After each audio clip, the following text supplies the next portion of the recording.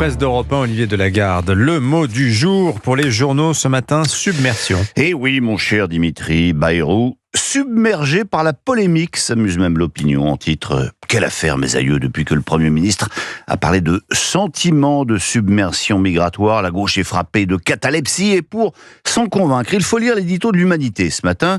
Édito où Stéphane Sahuc s'étrangle de rage. Le masque tombe, écrit-il. Et le Premier ministre apparaît pour ce qu'il est, un homme de droite, oui. Pauvre Bayrou, non, décrète-t-il, la France n'est pas menacée de submersion migratoire. Dire cela, c'est valider le dangereux délire qui dénie à nos compatriotes issus de vagues migratoires anciennes le fait d'être français. Ah bon, et l'éditorialiste communiste de planter le clou final dans le cercueil du Premier ministre.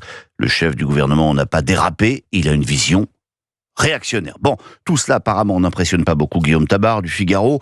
S'indigner des mots plutôt que de regarder la réalité, résume-t-il, comme toujours brandir paresseusement l'épouvantail de l'extrême droite, plutôt que de répondre sérieusement aux causes du vote RN. François Bayrou ne fait pas la courte échelle à Marine Le Pen, explique aussi Cécile Cornudet des Échos.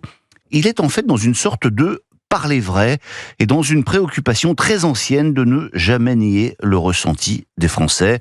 Répondant aux socialistes à l'Assemblée, il explique que si Paris avait 400 000 bidonvilles, ce qui est la proportion que l'on trouve à Mayotte, personne n'aurait peur d'utiliser ces mots.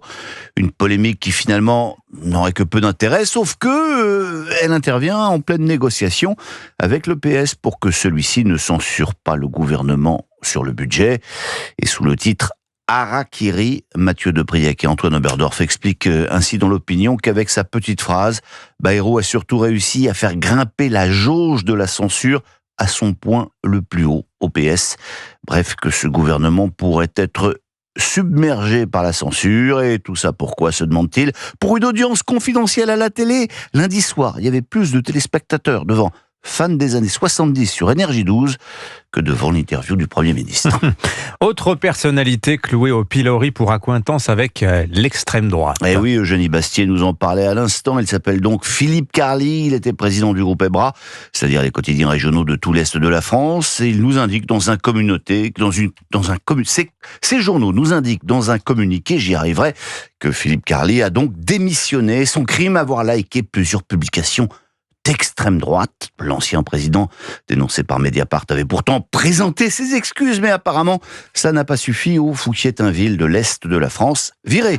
Et c'est, semble-t-il, un grand soulagement aux dernières nouvelles d'Alsace, le quotidien de la bonne ville de Strasbourg, où les lecteurs pourront lire aujourd'hui un éditorial formidable, vibrante défense de l'identité transgenre et de son enseignement à l'école. Bref, par bonheur, les choses rentre dans l'ordre. Tout ceci, c'est de l'ironie, bien sûr. Quoi d'autre dans les journaux, Olivier? Beaucoup moins politiquement correct. Le JD News consacre un long dossier à l'euthanasie, dossier qui pourrait questionner les certitudes des progressistes susnommés. Claire Fourcade, présidente de la Société française d'accompagnement et de soins palliatifs, y met solennellement en garde contre le suicide assisté. Dans le Figaro, lecteur du groupe EBRA s'abstenir, vous lirez une vibrante défense du libéralisme à la française, signé Philippe Manière. L'essayiste y répond à Éric Lombard, notre ministre des Finances, portefeuille à droite mais cœur à gauche, qui a décrété que la France n'est pas un pays libéral, mais de protection. Enfin, à propos de protection, a priori, mieux vaut peut-être ne pas trop compter sur l'armée de l'air. Jean-Dominique Merchet de l'Opinion s'est procuré un long rapport très documenté, nous dit-il, rédigé par 2 pilotes de chasse pour l'IFRI. Conclusion, en combat aérien de haute intensité, l'aviation française tiendrait 3 jours, moins longtemps qu'un week-end du mois de mai. En fait, nos avions ne sont plus au niveau face aux chasseurs de 5e génération et désormais, écrit-il, la France joue en 2e division dans l'OTAN.